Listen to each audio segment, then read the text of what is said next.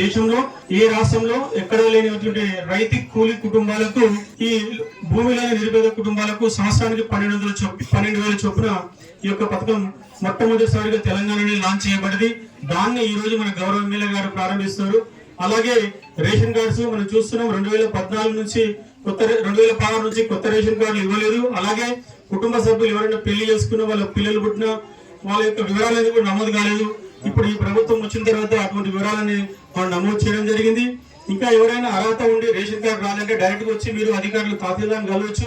ఆ వివరాలు ఉంటే మీరు అర్హత ఉంటే 100% ఇస్తాం. దానికి పెద్దగా అర్హత ఏం లేదండి. గ్రామాలలో 7 ఎకరాల భూమి అభం ఉంటే రాదు, 7 ఎకరాల వరకు ఉంటే మెట్ట భూమి ఉంటే వస్తుంది. మాగాని భూమి 3.5 ఎకరాల వరకు ఉన్నా వారికి రేషన్ కార్డు వస్తుంది. 1,50,000 అనేది ఇన్కమ్ టారిఫ్ ఉంటుంది కాబట్టి ఇబ్బంది లేదు. దాదాపుగా గ్రామంలో 96% అందరికి కూడా రేషన్ కార్డు అనేది అందుతాయి.